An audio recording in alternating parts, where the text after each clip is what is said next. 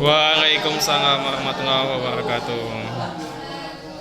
Baik teman-teman, mohon perhatian semua. Kami dari Satu ini akan mempresentasikan, membahas dan untuk membuka diskusi nantinya proses kami berkaitan dengan sistem politik yang ada di Indonesia. Untuk itu kami baru beberapa 4 orang di sini bisa terlihat dari saya sendiri, Hafiz Ketua, ada Zaki, Haikal dan Iza. Tentunya dari sistem politik di Indonesia itu memiliki latar belakang semua. Pertama, terkait pendahuluannya. Untuk itu, di pendahuluan yang telah dirancang, sistem politik itu merupakan salah satu aspek fundamental dalam kehidupan berbangsa dan bernegara kita sebagai masyarakat di Indonesia ini. Memiliki tentunya di setiap negara, termasuk negara kita juga itu memiliki sistem politiknya masing-masing yang mencerminkan nilai-nilai budaya, ideologi yang tentunya dipisahkan dari kehidupan manusia sebagai sosial yang selalu hidup berkelompok dan membutuhkan aturan serta aturan menjalankan kehidupan. Untuk itu ada pertanyaan yang akan dijawab dalam presentasi kami pada hari ini. Yang pertama terkait dengan apa pengertian sistem politik, yang kedua tentang bagaimana sistem politik Indonesia, yang ketiga sistem politiknya ada di Indonesia, dan yang terakhir tentang bagaimana role sistem politik itu sendiri. Masuk kepada bagian pertanyaan yang pertama, semua tentang pengertian sistem politik. Kalau secara etimologi sistem politik itu sendiri teman-teman berasal dari bahasa Yunani, yaitu sistema yang memiliki arti suatu keseluruhan dari sekian banyak bagian-bagian yang saling berhubungan satu sama lainnya. Lalu dari kata politik itu sendiri berasal dari bahasa Yunani juga, yaitu polis, yang berarti negara atau kota. Yang akan kita bahas dalam mata kuliah negara, yang pasti sudah tahu, yakni bentuk organisasi politik masyarakat Yunani kuno yang menjadi cikal bakal negara modern. Tentunya ada pendapat dari ahli ini, yaitu dari David Esther. Beliau mengungkapkan sistem politik itu merupakan dinamika sosial yang mengalokasikan nilai-nilai alam spekulatif kepada masyarakat. Sistem politik itu sendiri memiliki keseluruhan kegiatan masyarakat yang berfungsi mengalokasikan nilai secara korporatif, yaitu membuat keputusan dengan warga, lalu serta menjelaskan berbagai kepentingan melalui mekanisme kekuasaan yang sah dan legitim. Selanjutnya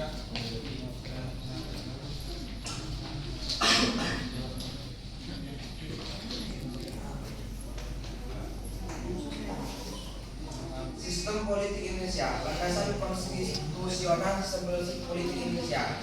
Landasan utama sistem politik Indonesia adalah Pancasila sebagai dasar negara dan pandangan hidup bangsa, serta Undang-Undang Dasar Negara Republik Indonesia tahun 1945 sebagai konstitusi negara. Kedua landasan tersebut menjadi fondasi yang kokoh bagi penyelenggaraan kehidupan politik Indonesia yang demokratis, berkeadilan dan bermartabat.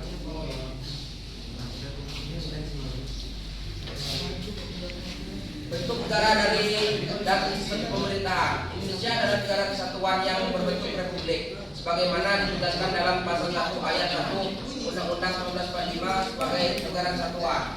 Seluruh wilayah Indonesia berada di bawah pemerintahan pusat yang berdaulat, meskipun dalam pelaksanaannya sistem desentralisasi dan otonomi daerah diterapkan untuk memberikan kewenangan yang lebih besar kepada daerah dalam mengelola urusan pemerintahannya sendiri. Sistem pemerintahan yang diadopsi Indonesia adalah sistem presidensial.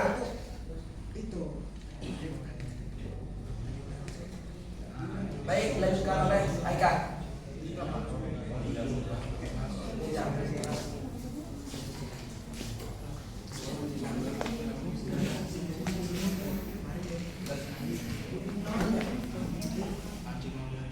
Demokrasi Pancasila. Sistem politik Indonesia dijalankan berdasarkan demokrasi Pancasila, yaitu suatu bentuk demokrasi yang bersumber dari nilai-nilai luhur bangsa Indonesia yang terkandung dalam Pancasila.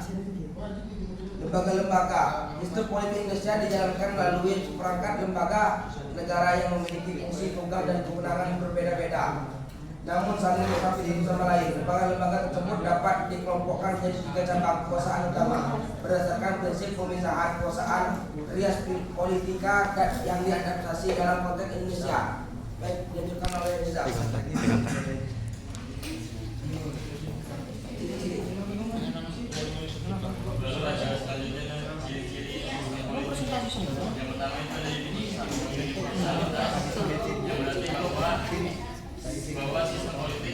mencakup seluruh anggota masyarakat di dalam suatu wilayah negara tanpa terkecuali. Berarti mencakup semuanya tanpa membeda-bedakan. Dua, yaitu legitimasi penggunaan kekuatan fisik. Yang ketiga ada keterikatan keputusan. Keempat ada kemampuan integrasi sosial, dan yang kelima ada adaptabilitas. Lalu selanjutnya ada unsur-unsur sistem politik, yaitu yang pertama ada suprastruktur politik. Suprastruktur politik itu adalah lembaga formal resmi yang diakui oleh konstitusi dan memegang kekuasaan pemerintah yang ada dan diatur dalam Undang-Undang Dasar 1945, yang fungsinya itu untuk menjalankan pemerintahan. Contoh-contohnya itu ada seperti MPR, DPR, DPD, dan sebagainya. Lalu yang kedua itu ada infrastruktur politik. Infrastruktur politik adalah struktur di dalam masyarakat yang mencakupi kebijakan pemerintah tanpa menjadi atau terlibat di dalamnya. Lalu yang selanjutnya ada input, merupakan masukan yang diterima oleh sistem politik dari lingkungan. Bisa berupa dua hal, yaitu bentukan dan dukungan. Lalu yang selanjutnya ada output, merupakan keluaran yang dihasilkan oleh sistem politik sebagai respon terhadap input yang diterima. Yang terakhir ada feedback, yaitu respon masyarakat terhadap output yang dihasilkan oleh sistem politik. Lalu selanjutnya akan berdasarkan model yang saya berikan.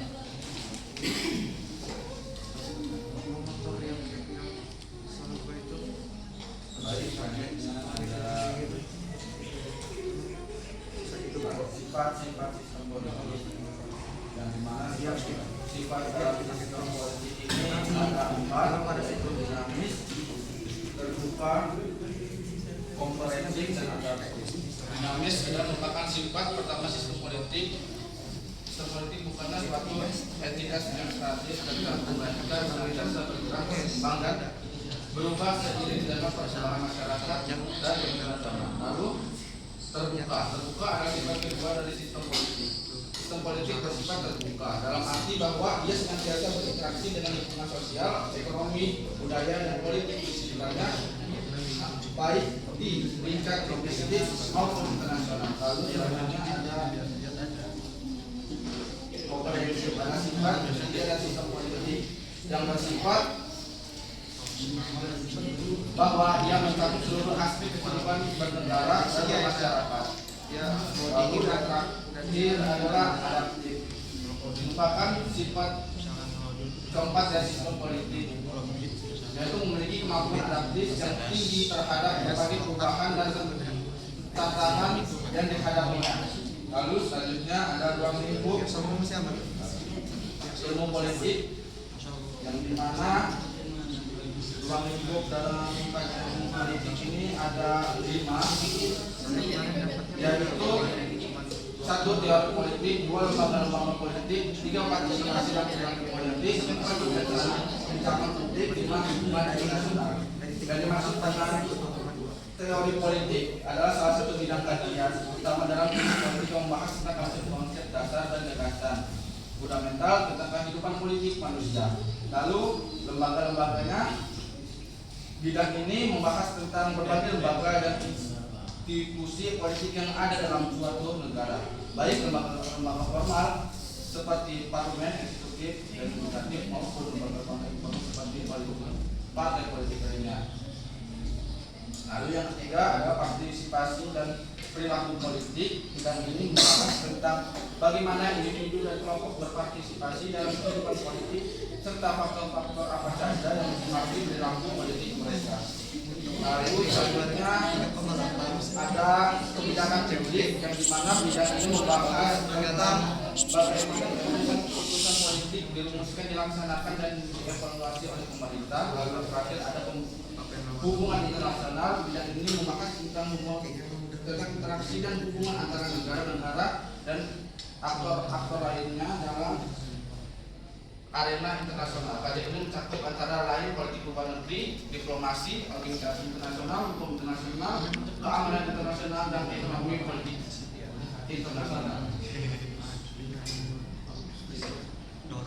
Adapun kesimpulan dari materi ini, sistem politik merupakan suatu keseluruhan dari berbagai kegiatan interaksi dan proses politik yang saling berhubungan dalam suatu negara yang bertujuan untuk mengalokasikan dengan secara otoritatif sistem politik Indonesia berdasarkan pada Pancasila dan Undang-Undang Dasar Negara Republik Indonesia tahun 1945 sebagai amanat filosofis dan konstitusional.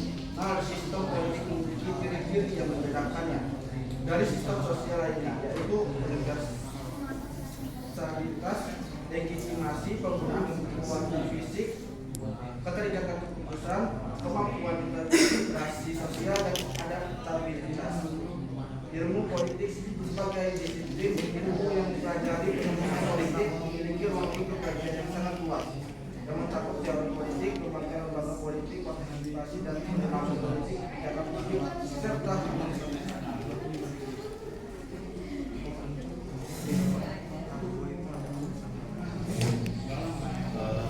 baik, telah cukup yang disampaikan oleh Mas Faisal sampai di kesimpulan.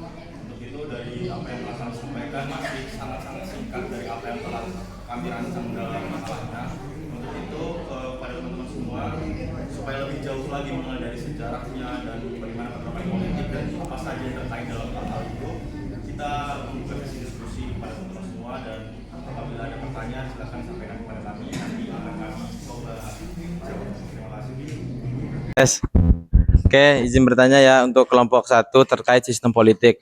Jadi sebagaimana kita ketahui ya, di lingkungan masyarakat tentunya ya, kita kan ujung-ujungnya juga akan kembali kepada masyarakat, teman-teman. Jadi di masyarakat itu sudah ada framing yang namanya politik itu kotor, politik itu nggak bersih gitulah, jahat dan sebagainya macam.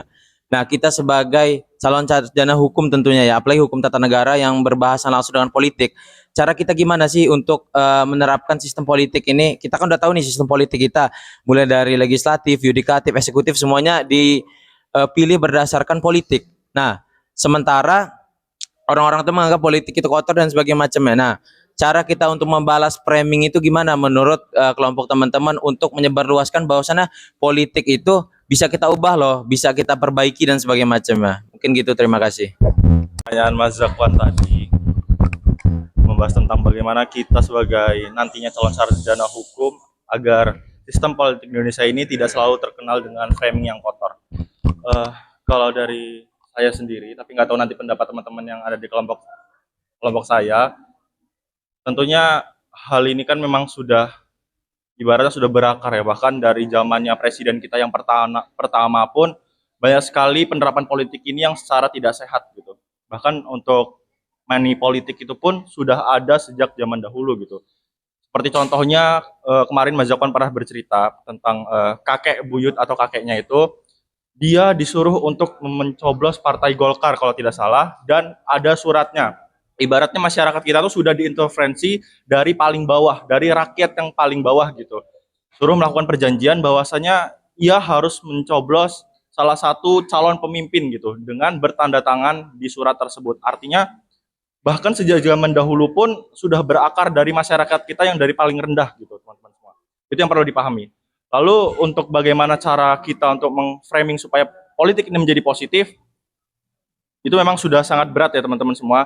Tapi gimana caranya, kalau yang saya lihat dari contoh pada zaman saat ini, dari yang saya coba lihat dari beberapa partai politik, saya melihat dari partai Gerindra yang mengusung Pak Prabowo pada kepemimpinannya pada tahun 2024 sampai 4 tahun ke depan, itu beliau menggunakan cara yang mendekatkan kepada generasi kita, generasi Gen Z, yang dimana menggunakan media sosial sebagai bahan penyebar luasan bahwasanya politik itu tidak selalu tentang hal-hal yang berkaitan dengan hukum saja, tentang bernegara saja, tentang hal-hal yang tentang emosional saja. Mereka menggunakan cara-cara yang berkenaan langsung dengan kehidupan kita sehari-hari. Bagaimana menggunakan meme, bagaimana menggunakan pendekatan secara pemikiran kita sebagai Gen Z, dan banyak hal lainnya yang teman-teman sudah tahu pastinya di situ dengan bagaimana berpolitik ke Partai Gerindra tersebut.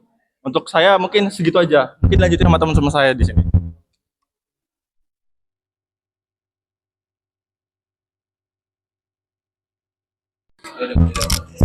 Oke, menanggapi dari pernyataan Habib ya teman-teman, bahwasannya benar dikatakan bahwasannya kita politik ini nggak harus tentang negara segala macam, tapi kebijakan sebagai macamnya kita bawa enjoy santai dan meme segala macam. Nah, ini kan kalau audiens kita Gen Z ataupun milenial yang memang pegangan mereka media sosial HP. Nah, pertanyaannya kan warga Indonesia ini Gen Z sama milenial ini per 2025 kemarin ini masih seimbang antara gen-gen yang lainnya yang kemungkinan mereka ini belum mempunyai gadget ataupun smartphone dan sebagainya macamnya. Nah, kalau kita untuk mensosialisasikan sistem politik ini di lingkungan masyarakat selain daripada Gen Z, itu ada nggak cara lain selain memakai politik yang seperti enak dilihat sebagai macamnya tadi? Kalau menurut dari kelompok ini, ada cara lain nggak? Karena memang ya benar dikatakan tadi framing ini udah dari lama. Nah, eh, saya ada pikiran kenapa kita nggak sosialisasikan framing-framing yang udah lama ini sebagai framing-framing udahlah itu yang lama, kita baru ini new era gitu, era baru gitu kan, udah zaman reformasi juga kan, seharusnya pikiran-pikirannya harus lebih terbarukan lagi gitu kan, menganggap politik itu lebih keren gitu kan sebagai macamnya, karena kebutuhan pokok kita sekarang ini pun diatur sama elit penguasa politik kita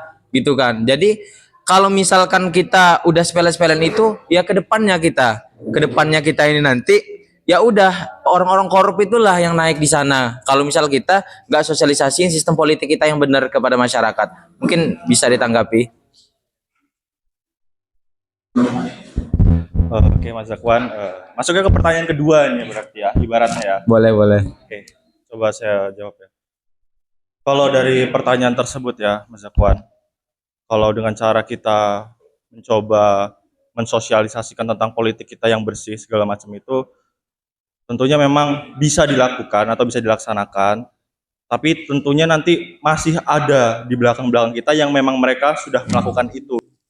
Kalau kata Coki Pardede, itu cara paling efektifnya untuk menghilangkan kita mengorganisme dari ada yang PH segala macam.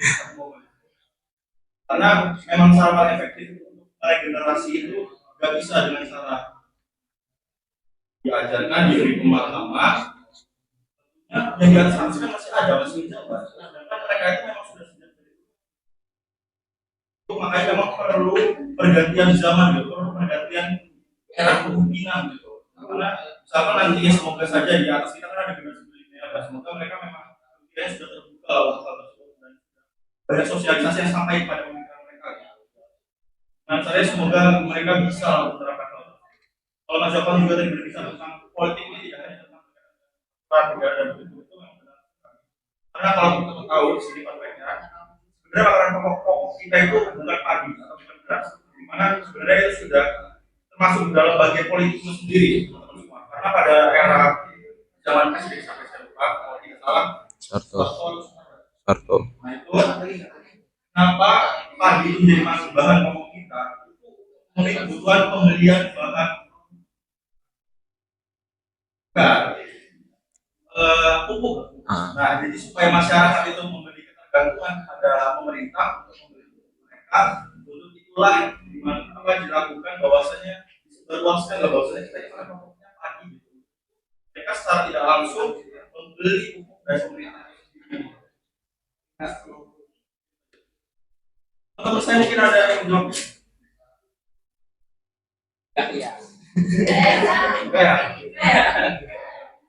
Oke.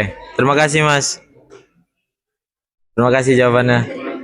Semoga kita semua bisa ya menyelesaikan politik itu, bahwasan politik itu happy loh, bahagia gitu kan. Mulai dari diri sendiri istilahnya ya.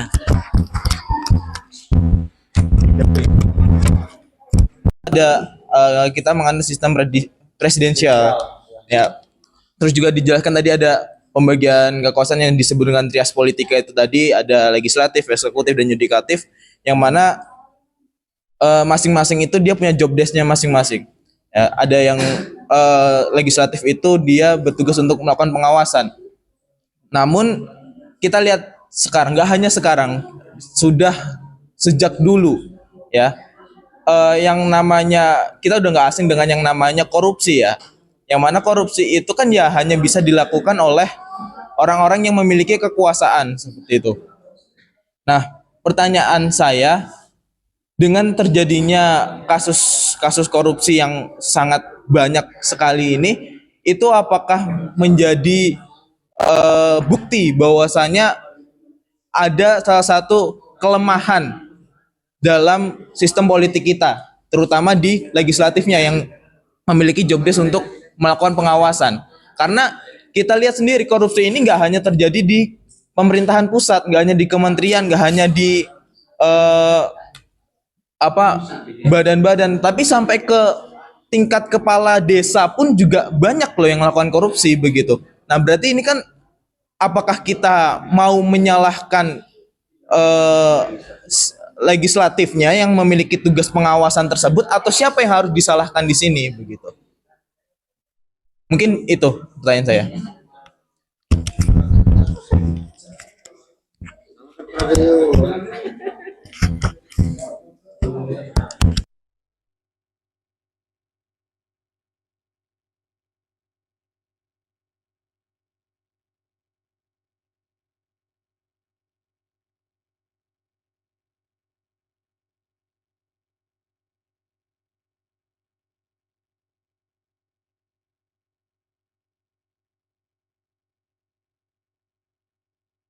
Dah.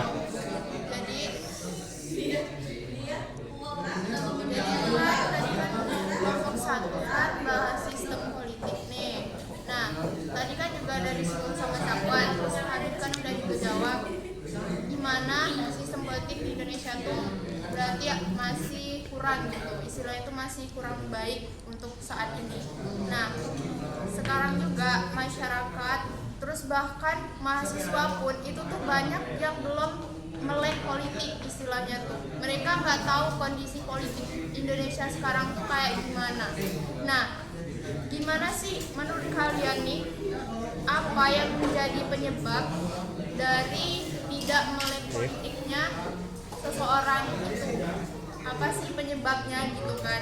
Nah, bagaimana juga cara kita untuk memberikan arahan ataupun menyadarkan masyarakat luas gitu ataupun teman kita lah ya atau mahasiswa yang lain biar dia tuh melek politik.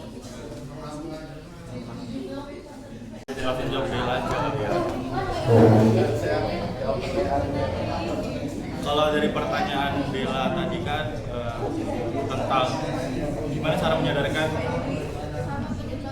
ya bagaimana menyadarkan supaya masyarakat ya gitu kan ya, generasi kita gitu ya, itu pokoknya supaya melek politik gitu, karena kan banyak di lingkungan kita sekitar kita yang acuh terhadap politik kita sendiri ya, politik di negara kita. Tentunya juga di situ kenapa ada penyebabnya juga yang ditanyakan ya, penyebabnya dimulai dari penyebabnya dulu ya. Kalau dari penyebabnya sendiri sih itu biasanya karena mereka tuh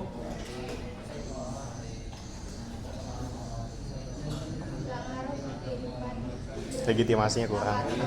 Karena mereka belum sadar aja gitu bahwasanya banyak hal yang berkaitan tentang dia berkehidupan itu dari politik awal mulanya, dari paling dasar itu sebenarnya dari politik, seperti contohnya pemilihan presiden gitu, pemilihan pemimpin mereka sendiri gitu, yang gimana 4 tahun ke depannya berkehidupan mereka itu bakal diatur dalam aturan presiden, aturan kabinet-kabinetnya dan segala macamnya, yang dimana awal dasar dari terbentuknya atau terpilihnya presiden itu kan dari politik itu sendiri. Nah untuk itu supaya misalkan mereka punya pemikiran gimana caranya nanti saya supaya hidup di Indonesia ini makan gratis atau bakal sekolah gratis segala macam, ya awal didasari dari permainan politik itu sendiri. Makanya untuk mereka menuju kepada pikiran keinginan mereka itu sendiri, mereka harus sadar akan politik itu sendiri. Dan untuk alasannya ya, gimana caranya mereka itu supaya melek politik itu, kalau saya ambil contoh, itu bisa dilihat dari kepemimpinannya Bapak Ahok semasa menjabat jadi Gubernur DKI Jakarta. Beliau itu melakukan contoh seperti ini teman-teman semua, melakukan transparansi terhadap biaya operasionalnya. Jadi kalau dia melakukan kunjungan rapat, baik itu ke Bali atau ke desa-desa, itu selalu dibentuk filenya, ada catatan pengeluaran uangnya. Jadi uang yang masuk atau uang yang keluar dari uang negara itu selalu dicatat sama beliau, selalu diketik sama beliau. Jadinya masyarakat itu bisa membuka akses websitenya itu sendiri. Dari website tersebut dia bisa melihatlah apa saja yang keluar, apa saja yang masuk, dan biayanya dipakai buat apa saja, bahkan pengeluaran dia makan pun ditulis di situ. Nah mungkin itu untuk jawaban yang keduanya Pak Dela. Dengan terjadinya kasus korupsi, apakah bisa menjadi bukti kelemahan dalam pemerintahan kita, terutama dalam legislasi? Lalu harus siapakah yang disalahkan, legislasi atau siapa gitu? Bukan begitu. Ini menurut jawaban saya, karena saya juga kalau salah-salah ya maaf lah ya. Kemungkinan ya bisa korupsi bisa menjadi indikator kelemahan dalam legislasi, tapi bukan satu-satunya penyebab dan tidak adil kalau langsung menyalahkan satu pihak saja. Apakah korupsi bukti kelemahan legislasi? Ya, mungkin undang-undang mungkin tidak tegas atau melakukan celah. Lalu sanksi hukumannya bisa terlalu ringan sehingga tidak menimbulkan efek jerah. Lalu aturan pengawasan kurang kuat. Contohnya seperti jika regulasi tentang pengadaan barang atau jasa longgar, maka peluang korupsi jadi lebih besar. Tapi korupsi juga bukan hanya salah di regulasi tersebut. Korupsi juga dipengaruhi oleh orang individu pejabat, yang dimana entah pejabat itu mempunyai keserakahan atau penyalahgunaan kekuasaan. Lalu penegakan hukum yang lemah, lalu budaya organisasi atau sistem yang permisif terhadap korupsi, kurangnya transparansi dan kontrol publik. Walaupun undang-undangnya sudah bagus, kalau penegakan hukumnya lemah, korupsi tetap bisa terjadi. Jadi siapakah yang bisa disalahkan? Yaitu tidak bisa disalahkan oleh legislasi. Jika aturan yang dibuat lemah, tidak jelas, atau bahkan sengaja memberi celah, itu legislator. Lalu eksekutif, pemerintahan untuk pelaksanaan jika penyalahgunaan kewenangan atau tidak menjalankan aturan dengan benar. Penegakan hukum jika tidak tegas atau bahkan ikut terlibat. Masyarakat juga punya peran jika membiarkan, tidak mengawasi atau bahkan ikut dalam praktik korupsi kecil, misalnya suap. Jadi korupsi terjadi karena kombinasi antara aturan yang lemah, penegakan hukum yang tidak efektif, dan moralitas individu yang terlibat. Terima kasih.